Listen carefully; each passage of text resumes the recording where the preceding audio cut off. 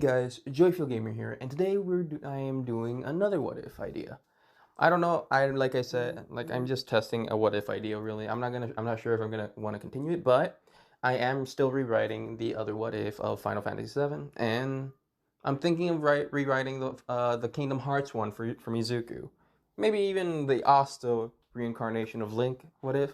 I'm just still working on the titles, but right now I'm just working on other stories that I put out in the sites that I told you before. So, anyways, like I said before, I already posted the first chapter of the story. It's a bit different from the original, so if you don't like it, I apologize, but it will have the same elements that it had from the original one. Like some of my personal favorite comedy and some the same weapons as before, but a bit different from before without like saying, oh, blah, blah, blah, it's because of this stuff. I'll try to connect those. But anyways, I digress. Let's do the story. It's been a long time since I did this. Now, this what if? Should I do that? Should I do that for narration? I don't know. Anyways, let's continue. In this what if, it is what if Jaune was a Belmont. Yes, Jaune Belmont. The story of the most powerful, yet more strongest Belmont in the Belmont lineage of monster hunters. Now, let's begin where it all began.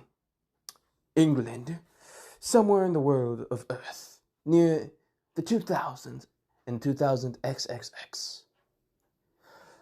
In a place where a castle is floating in the air, two people were standing off into the distance. Sona, is everything okay? You seem fine, but now they introduced Sona Cruz, the man that is the reincarnation of the Prince of Darkness, standing with a woman next to him. I forgot her name. Let me go search it up real quick. Damn it. But then he turns to the girl, smiling softly, saying, Mina, it's over. We can live happily now. She didn't know why, but something within her heart, it was like warmth enveloped her. She was happy. And so they both embraced each other, hugging that something, for some reason, felt like a nightmare coming to an end with a dream of hope and satisfaction coming to its new page. But yet, something felt odd. The moon was blood red, for some reason turned blood red. With the castle, an odd dark cloud above it, storms ravaging the surroundings. The two lovers were nervous, with Sona hugging her tightly, not letting go, and protectively bringing out his sword. He yells out, "Who are you? Show yourself!" And just like in response, someone did. A man in robes with a sight larger than himself. He stood, but yet somehow, with yet no dry wind, and yet somehow the storm not affecting the surroundings where he stood. The wind slightly blew, even the harshest winds passing by. Why, Dark Lord, do you truly wish to become what is feeble and weak? The dark voice is heard. I forgot her name, damn it! Mina shivered in fear. Soma instinctively tightened his grip on her in her hug. Tightened protectively around her. His grip on his sword tightened, saying, Death. The man before him, in dark robes, with a sight that reflects the dark blood of the red moon. As as if the shadow, as a shadow of his cloak moves to the side, revealing a blood-red eye, yet with scleros of black that only as deep and sunken as the darkest void. With then him repeating, "Dark Lord, I repeat myself. Do you wish to become something so feeble and weak? Not to become, and there's still time for you to accept this. To become the Dark Lord, to become Vladimir Tepesh, Dracula, the Dark Prince, the King of Darkness, the man that rules both undead and all dark creatures. Do you truly wish to give up such power for a meeble human? Someone that you can easily, your life flash before your eyes. Nothing more." Soma looks at Maki, or Mina, I forgot her name, sorry, and looks back at Dad saying, "I would rather live this feeble and useless life with her than live for 1,000 years in loneliness and despair. Power means nothing if you can't use it or find a reason for it. It is nothing but useless." But then, instantly, footsteps were heard, rushing past them. Instantly, whips were heard, as Death flew back, turning into nothing but smoke. Then, a man with a coat and a wolf's tail, bright orange, saying, "Death, I thought I defeated you." The man yelled out, with hatred easily seen. "Why, Joshua Belmont," I don't remember his name, so sue me. "It is seen you haven't finished the job." "I should have. I thought I did, but now it seems I have to finish it correctly," Joshua said. With then, instantly, a battle broke out. But yet, for some reason, Death wasn't affected. Why? Why wasn't he affected? At first, it hurt, but now it doesn't look like he's affecting. And so, Joseph attacks with his whip, wrapping it around the skeletal arm of the man, with him just feasibly looking at it, then looking back at Joseph, and back at the whip, and then just slowly unwraps the whip, just by his hand. No burning, no feeling of pain is felt. Shock was met with Joseph and Soma. Soma remembers that Joseph saying that only the whip can hurt Death, but yet now. And Death says, "Now it is measly but a toy, so you can play hero. In effect, it is measly a whip that can hurt nothing more than its cattle. So, I ask you again, Soma Cruz, shall you not wish the moniker of the Dark Lord?" Soma again says, and just stands silent, raising his weapon towards the Death, with Death just looking down in disappointment. Says, "I see. So, that is your answer. Very well then. We shall take our leave." Which shocked and confused the two of them. But then instantly, everything started to shake, the tremor violently. But then, the castle did something that shocked everyone, as it, instead of originally crumbling, a vortex, a sort of gate / portal, opened right under it.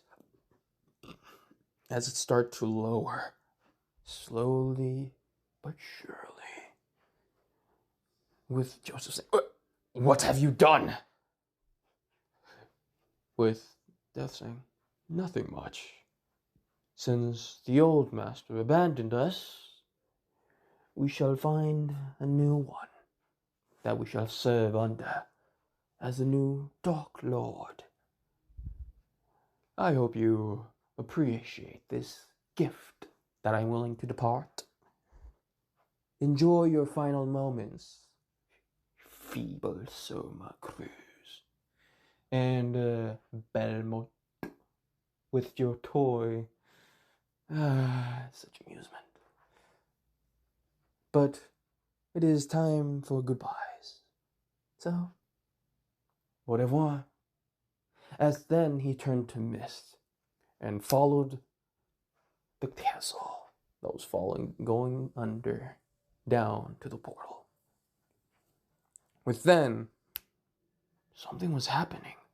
Everything was almost as if a mirage that was once the castle, but now changing. Once cities and towns and bustling cars with people still there, yet now replaced with forest mixed with some houses. It's as if reality was being undone yet mixed at the same time. Joseph and someone were confused, saying, what is happening? With then a man stepping out saying, "It seems that death has done the unthinkable." They turn around to see a man with black hair and reddish ruby eyes. And Joseph and Sona were shocked with Joseph saying, "Alucard? But how? What's happening? Do you know what's going on?" With Alucard saying, "Why, in a sense I do, but it's hard to explain. But to put it simply, the realities are merging, being tied." With someone saying, "But how? How is this possible? There shouldn't be any way." With Alucard saying, "In a way, that's true, Soma Cruz. But the castle has a sense of its own consciousness. The castle itself is like a human breathing thing. It's in a twisted way. But since you aren't the new Dark Lord, as you once took your own past place, a father now seeks for a new holder, a new Lord be under. But in doing so, it opened a gate between worlds, new realities, the gates of the infinite gateway." With Joseph saying, "Wait, the infinite gateway? I heard of that in my family's history books somewhere. I remember." With him saying, "Yes, travel Belmont." Also, by the way, just letting you know, I am using the show of the actual Castlevania from the first anime. But anyways, I digress. Saying, "Yes, travel Belmont, the infinite gateway. It is very much true." With Joseph saying, "But how? How is this possible? The only way is..." With him saying, "Of course, you would think chaos can be destroyed, but very much cannot. It is, in a way, connected to the human subconscious, with evil deeds connected to chaos consciously, even from the smallest bit to the murders to any way you can. Corruption in any form from the human will is connected to chaos. It is an entity that cannot be destroyed or slain by any means. And doing so, with someone kind of getting it, saying, doing so, making it more powerful and still keeping it alive. Not just that, taking the human world with it, our own planet, the world that we know it, is merging with another that has been chosen by the castle itself, its own consciousness. The chaos within the castle has chosen the new lord. With and someone Joseph saying, but how is this? With him saying, to be fair, it is just mere speculation. It is no evidence. I can only speculate that what I said before is just merely a theory. You can just say, oh, death possibly found something other way for a spell, but no, I don't think so. The own consciousness and willingness for the castle find its new lord has possibly dragged the planet, the earth itself, with it, causing it to stitch together, making itself change in a way to basically adapt in a weird, unorthodox way. With Soma and Joseph looking at each other saying, so right now we're, with Alucard nodding his head saying, yes, now we enter into an unknown era where we don't know where we are, if even the human population will even survive. The only thing we can do is hope for the best, for the future. But then instantly, monster roars were heard. With someone's going, but what the heck? But this shouldn't be.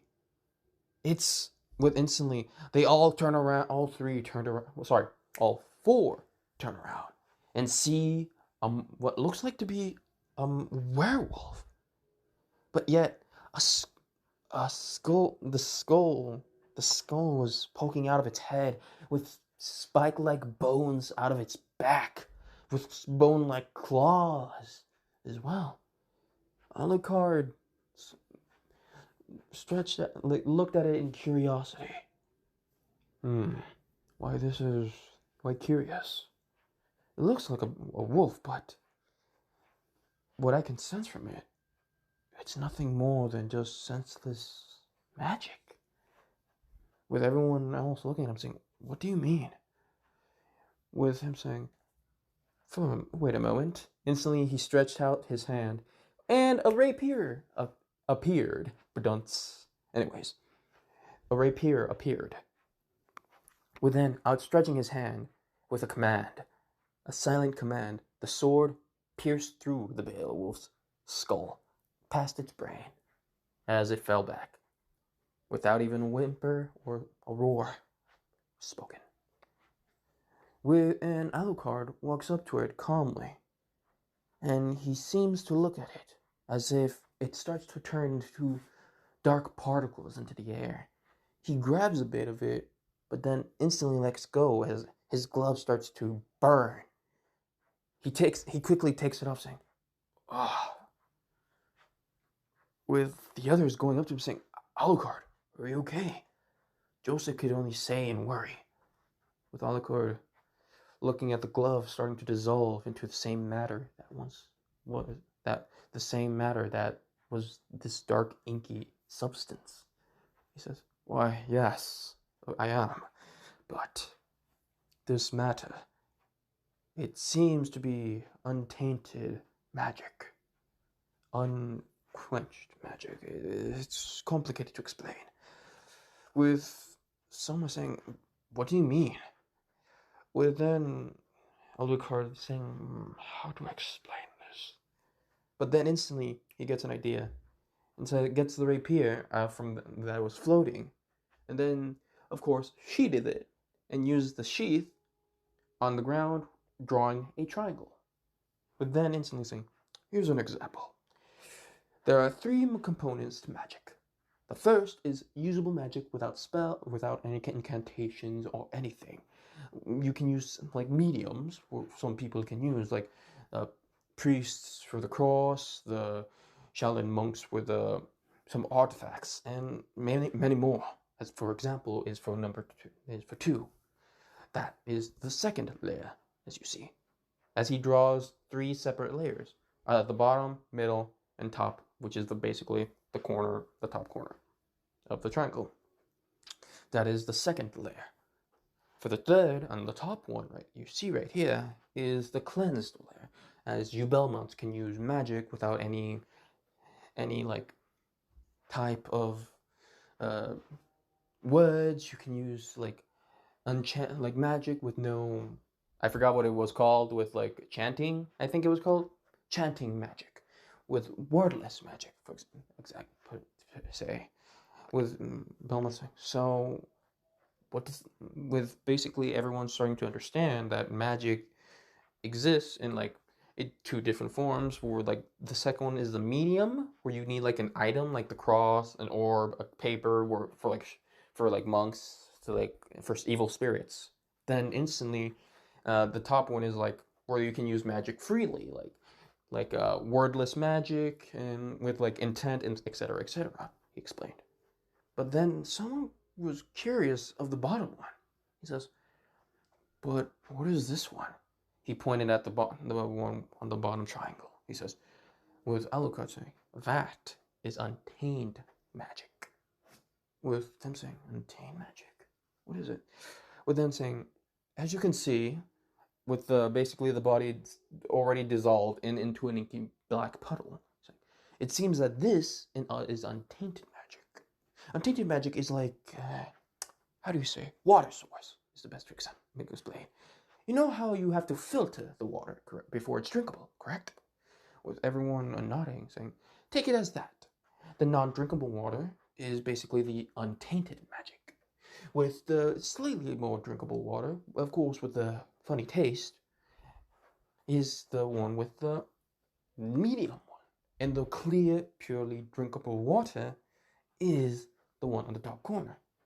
So you need, in a way, with Soma and Joseph understanding, saying at the same time, you need to filter out the magic. Right now, it's with him saying, with Alucard nodding and saying, yes, you need to basically filter the magic before you're able to use it. And that's what basically any person that does it. With the object in hand, with like the cross and other examples beforehand, I said these items can purify it and filter it to the needs of the object that need or other magic. With you Belmonts having much better filters with your own bodies as the medium itself, you can filter out the corrupted magic out of it. You can filter out the corrupted magic and use it in its pure form. And Soma Cruz, since you are technically my father's reincarnation, you're also in the same category as the Belmonts. As he finished explaining, actually others understanding, like, so, but how do we unfilter this magical beast or whatever? Someone asked, with Alucard saying, to be frank, I'm not sure. Everyone is shocked, think, but you're not sure? Saying, I may be a vampire, but I am not a fortune teller. Besides, all I said was just merely a speculation, but of course, proven facts. By, of course, Trevor Belmont's wife. I think it was Sylvia. I do not remember. I know I was with an S though. But anyways, with Joseph saying, makes sense though. But how do we know? But anyways, at the matter at hand, when will all of this, he literally just points at everything around him like the forest, will be over? When will it be done? Alucard looking around saying, like I said before, I'm not a fortune teller. With, of course, Soma just sweat dropping. Well, Joseph's like, just answer me, damn it! Of course, to be frank, like I said, like I said before, my goodness, you Belmonts are sure stubborn. Like I said before, I do not know, nor can I take a guess. It may be hundreds, thousands, or maybe millions of years before the world is unshuffled, before it's back to its proper states. For now, we can only adapt and move. with, of course, both of them sighing. They both say, yeah, that's true. And then, of course, other voices were heard saying, help! Someone! Someone! Multiple voices from female, male. They were yelling out for help, for crying from devastation of what's happening. Everyone looked at each other saying, well, instantly, Joseph Belmont cracks his knuckles. And Soma Cruz takes out his blade. And, of course, Alucard just, with a lift of his finger, the rapier unsheathes itself, floating right next to him. He says, well, to work, shall we?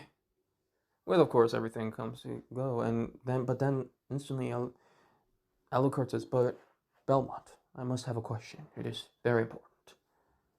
With the Belmont looking back at him saying, well, yes, Alucard, what is it? He says, it is your whip that worries me. He says, what do you mean? Alucard says, power within your whip has disappeared entirely. It is now merely an alchemy whip.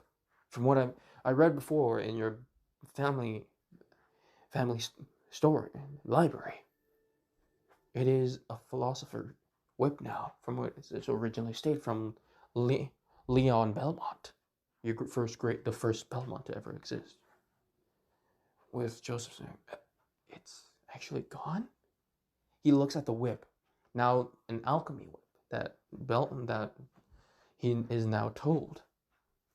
With then saying, but he looks at it, but yet for some reason, he can't give up. It's like something's telling him that things will it's like something is telling him, like, it will figure itself out. Like, there's still hope.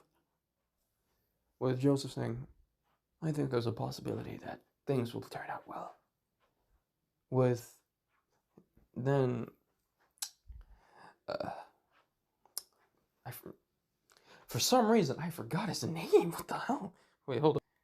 For some reason, I forgot Alucard's name. What is wrong with me?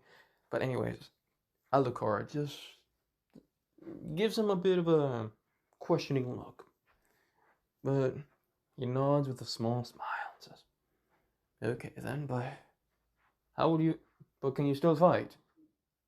With Joseph just laughing, saying, ha! I'm a Belmont. We're made for this. With it instantly just running towards danger. With instantly Sona Cruz just smiling and running after him. Alucard just, Belmonts. Stubborn as a mule. And then ran into the fray, following after them. Then, hundreds and hundreds of years later, it is now the present day of the United Remnant with Earth. A lot of things changed. There has been war, and there has been countless wars that happened. Of course, one of them was the Great Faunus War that still happened in this canon. But there has been one huge change in this one. In this one, Joseph Belmont. Oh, and also a little thing I just forgot to add. But due to this, Joseph Belmont became much younger than he should have. If I remember correctly, he used to be 46, and he wasn't married, if I remember correctly.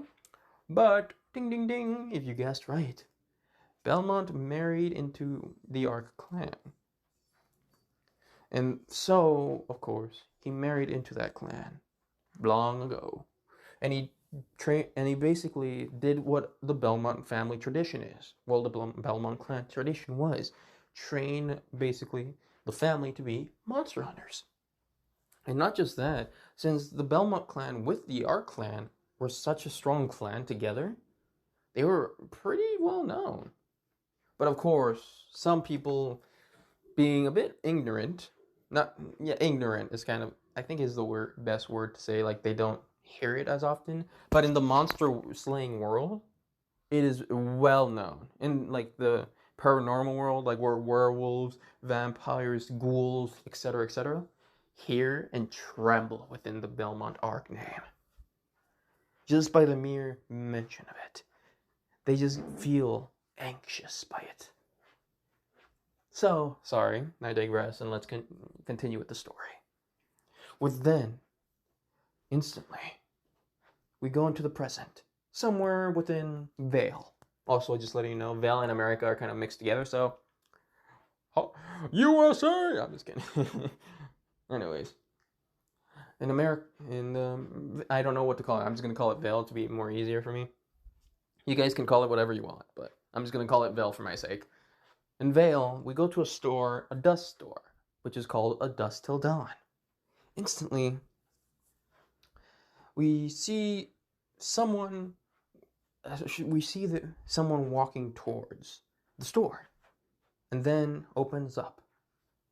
And the store owner says, "Welcome to Dusk Till Dawn, may I help you?" And we see like an oldish, like a balding man, somewhere in his 60s to 50s.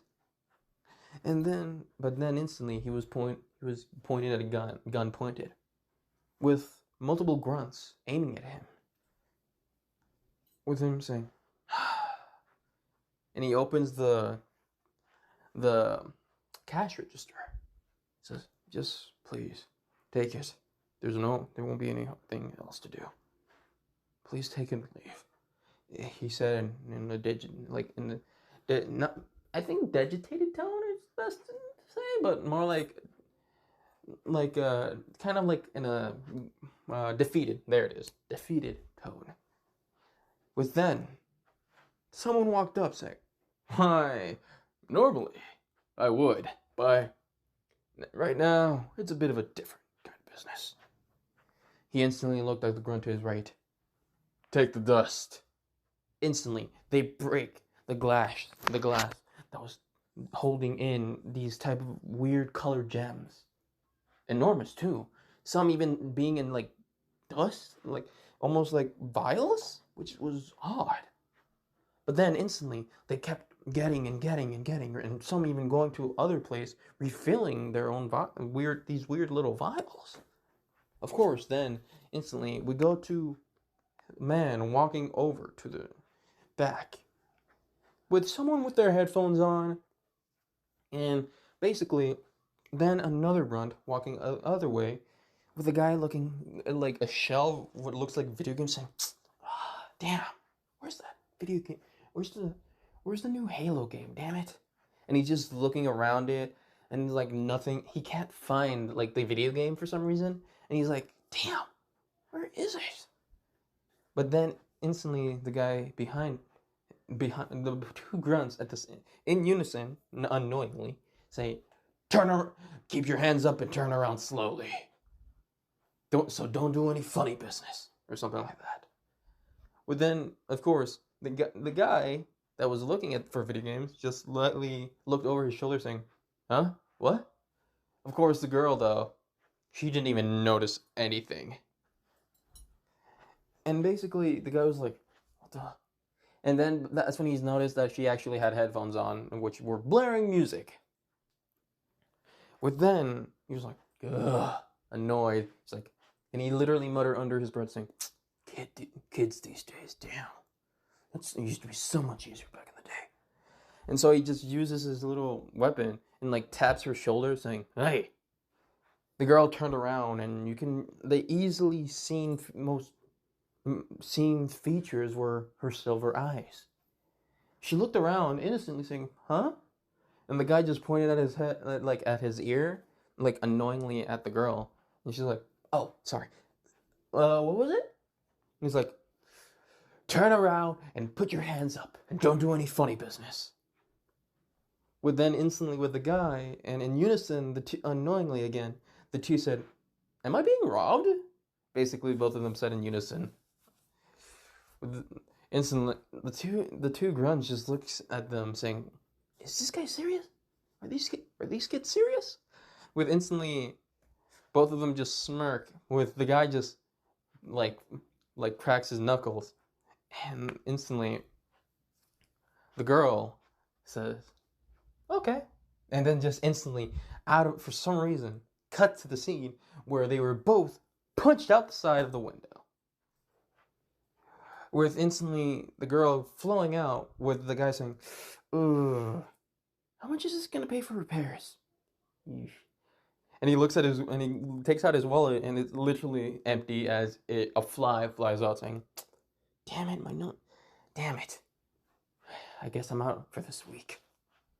I guess I don't have a salary for this week. Damn it! I'll try and get a new game." With basically the girl everyone just else ignoring him and just flying, like going in to fight her. And basically, Roman Torchwick saying, "Okay, kid, it's been fun, but aren't you going to get past your bedtime?" She was like, "I'm 15, not 5. With, of course, Roman saying, "Well, you could have fooled me with your height, short stack." With the saying, "No one," with her replying angrily saying, "No one calls me that but my uncle or my dad." With him saying, "Okay, TMI, but whatever." Anyways, but of course, as he was distracting her, she didn't notice that someone was behind her, ready. Well, not behind, yeah, kind of like behind her enough to like not being seen in her point of view, aiming at his gun at her. But then instantly, surprisingly, like almost something cut through the wind, and being stuck right between the sword, almost cutting it in half, but yet somehow it still got stuck. And this greatly confused him and Roman. He was like, "What the hell?" She was like, "Huh? What?" She turns around to see that one guy that was aiming at a gun, but then for some reason had a sword in it, and she's like, "Hey, do you know how to use it? Are you sure you don't know how to use that?" Pointing at the grunt, and the grunt literally was like, "What the fuck?" But of course he was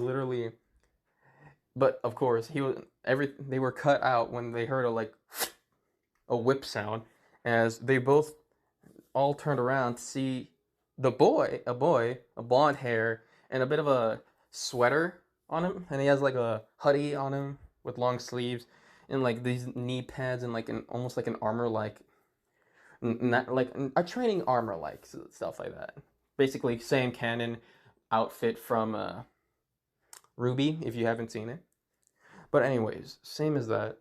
As they all, with him just smiling and waving with something on his hand, and it was a whip. And they look down and they all look at where it was, and it was literally on the arm. Sorry, no, not the arm. The leg of the grunt that literally had the sword impaled on the gun. And the grunt's like, "Oh shit!" But before you could finish it, literally, the blondie yanked the hell out of the whip, and basically the guy was tripped, and the sword somehow unsheathed itself from the gun, which was now sparking. With instantly, the guy runs over, jumps, does a front flip while grabbing the sword in a reverse grip, and kneeling right in front of the goon, with the gun being, of course, stabbed down on it while the grunt was trying to grab it. With the guy looking at the grunt, the only thing and the grunt looking back at him, almost like a deer in headlights. The guy smirks, and then instantly, with one word, he only said, "Boo." And cartoonishly, the guy yells in fear and runs away, but he crashes into a light pole, knocking himself the fuck out. Well, of course, then the robber, I forgot his name for some reason, instantly says, "You guys were worth every penny." Of course, yeah, you were. But anyways, it's time to leave. It's been good knowing you, Blondie and Short Stack. With the girl saying, "Hey!" Of course, retorting. And so he does a smoke screen while also shooting a flare with the smoke screen. Of course, luckily, the guy was grabbed the girl and instantly was able to like block her vision. And of course, she started blushing lightly.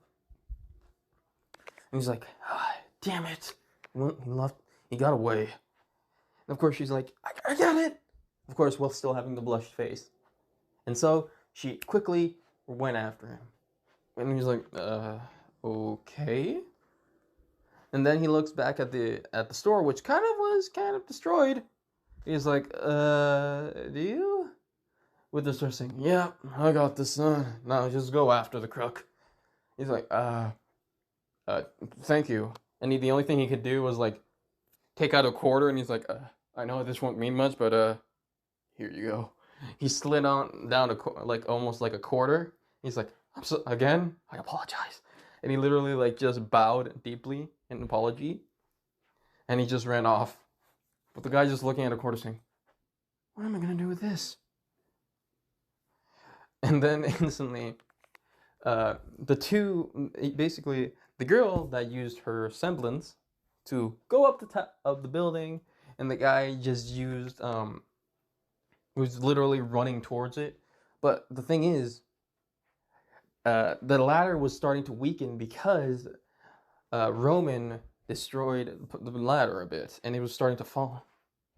And instantly, he went into his pocket in his hoodie to grab something.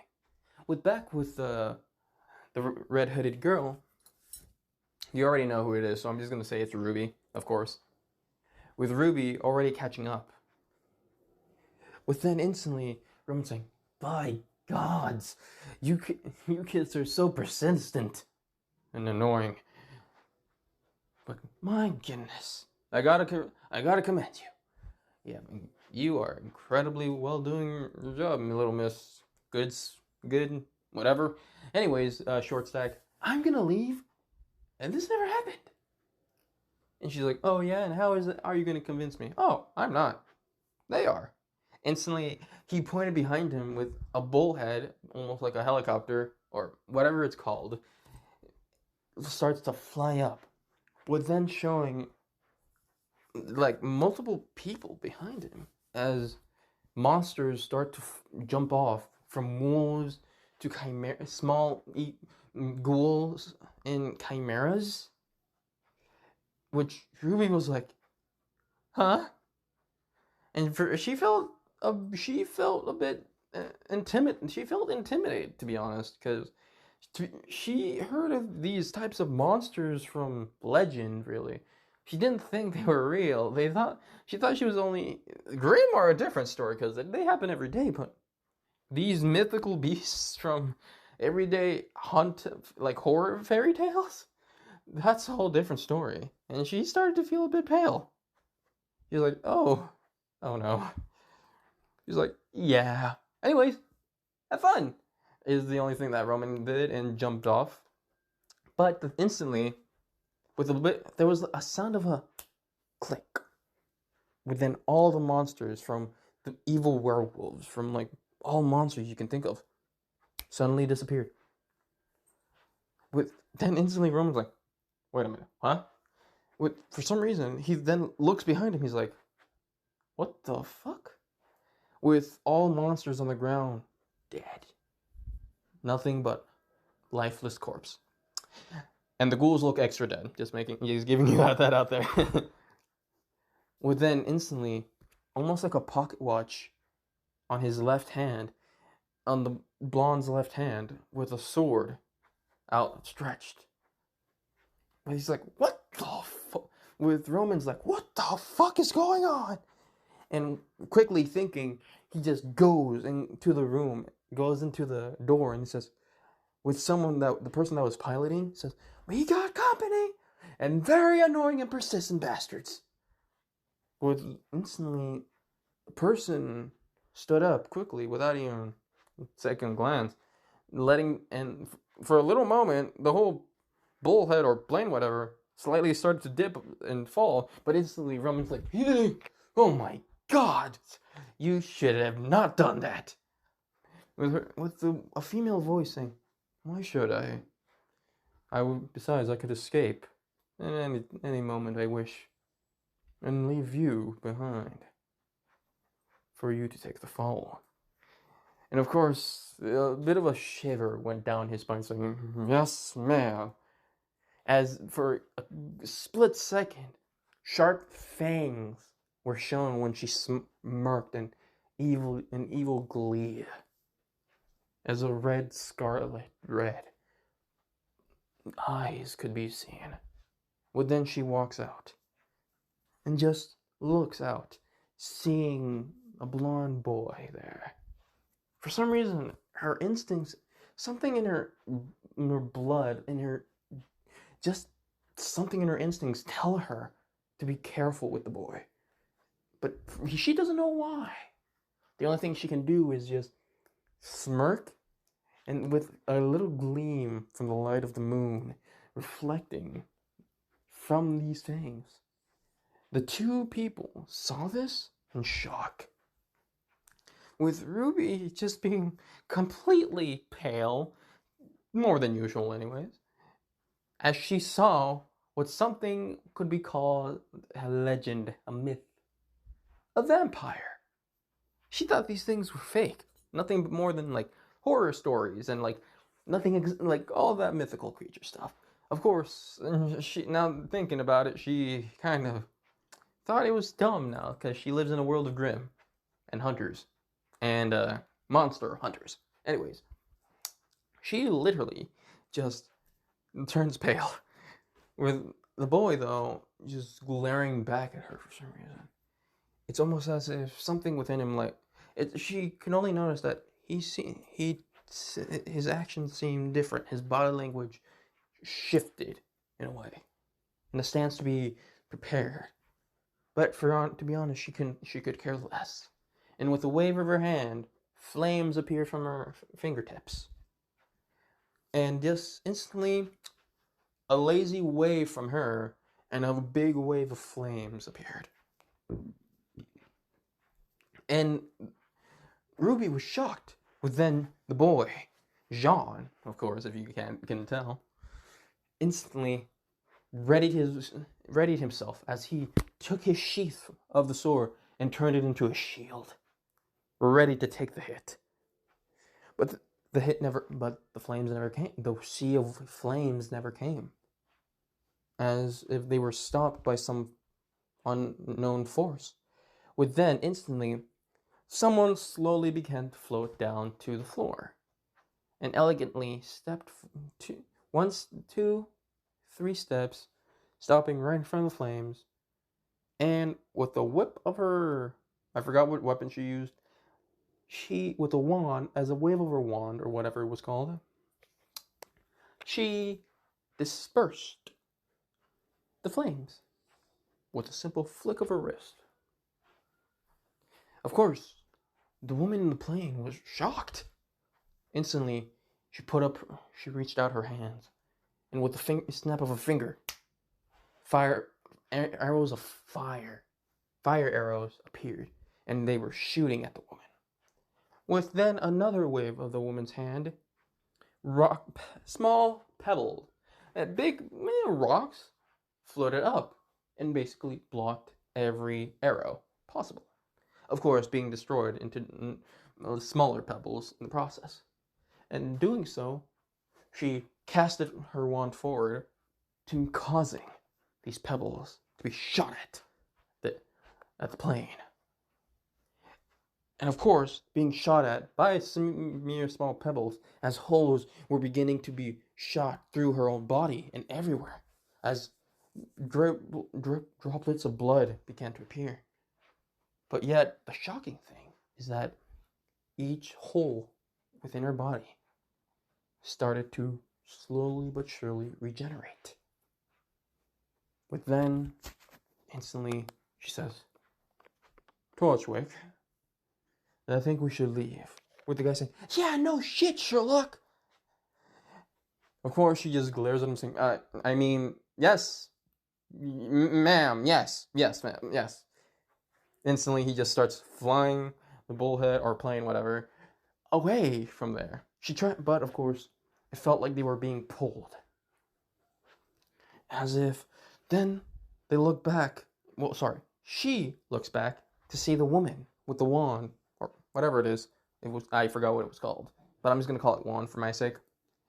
Instantly, using a motion to hold it still, hold it steady.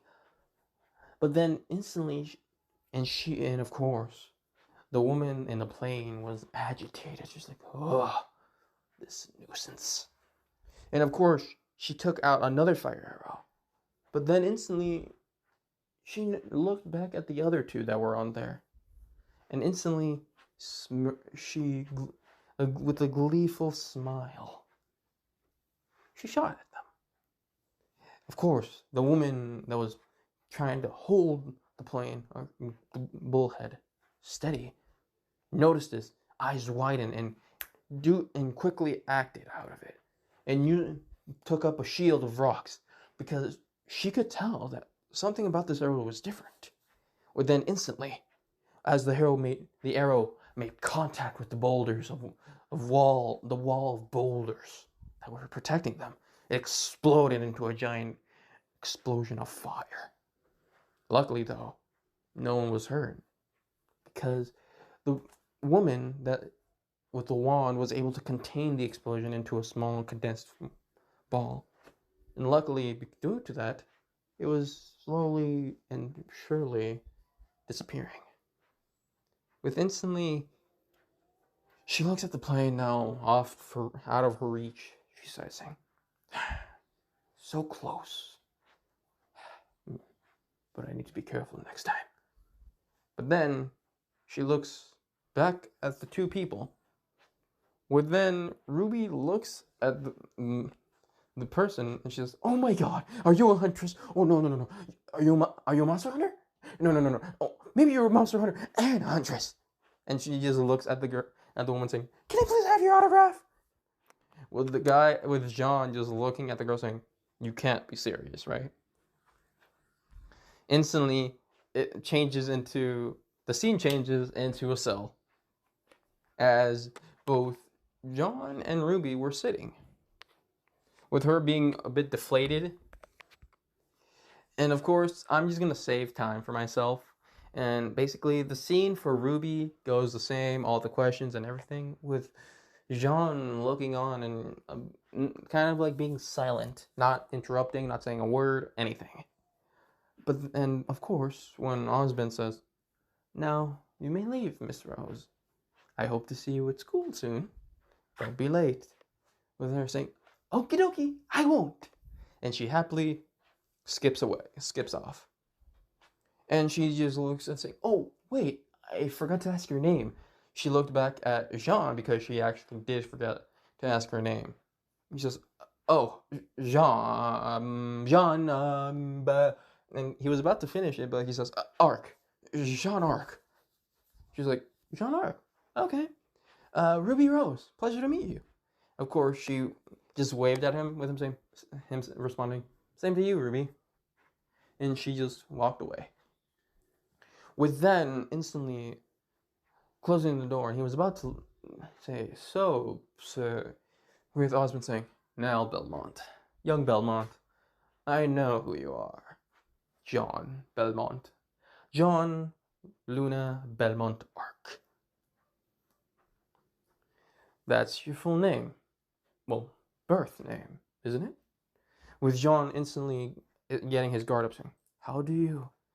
With Osmond saying, "Well, you could say that I am a friend of your family." Saying, "That's odd, because they never mentioned you." With Osmond saying, "That's normal to say, but I want to ask, why did the Belmont Arc heir run off from home?" With Jaune saying, "I don't know what you mean. I didn't." With Osmond saying, "Now, don't tell me you didn't just leave.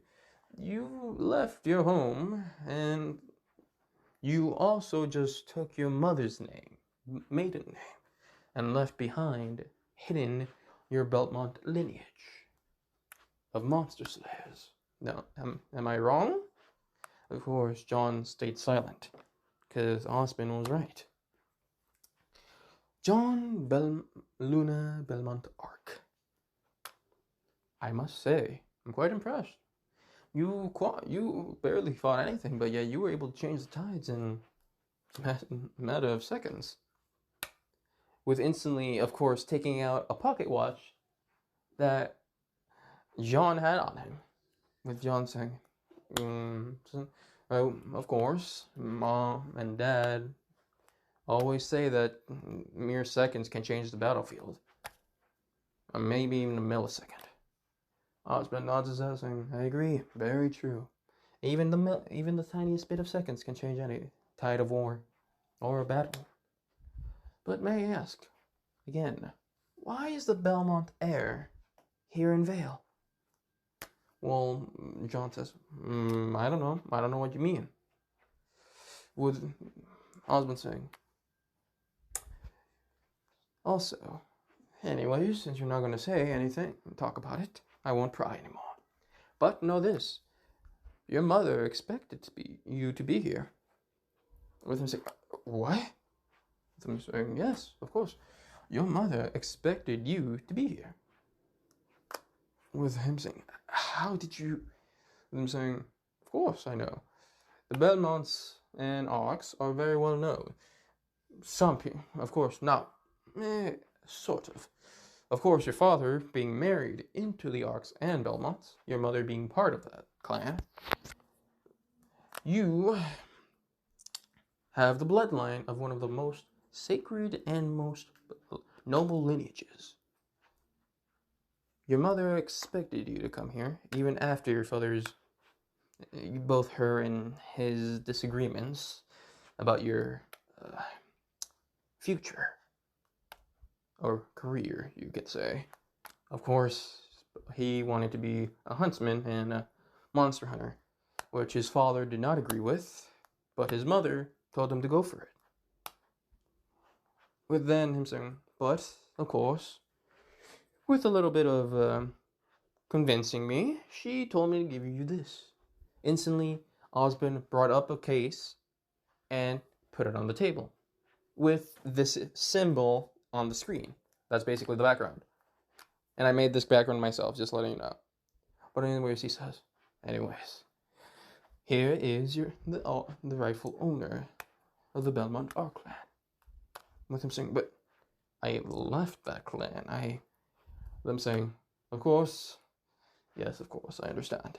You only chose your mother's maiden name, not the last name. But remember, Jaune, you are still a Belmont, either way. By blood or by soul, anyway. You cannot run away from your lineage that you are meant for. I see you have great potential. Just as that young lady in that past. With basically, instantly John looks at the case saying, what's in there? With Osmond just shrugging, saying, I do not know, for I have not opened it. It was explicitly said that only you can see what it contains within the case. He says, sure. And also then he says, I also have another important question for you. With John saying, yeah, what is it? He looks back up at Osmond saying, and Osmond just literally asked him, would you like to join my school? With John saying, what? And that's where I'm going to end it. Hope you guys enjoyed and have a great day, good night, and good afternoon, wherever you guys are. And take care. Hopefully you enjoyed this maybe small what if, possibly be able to grow it if it's good or not. But anyways, I hope you guys enjoy. Have a great day. Good night. Take care. Love you all. Bye.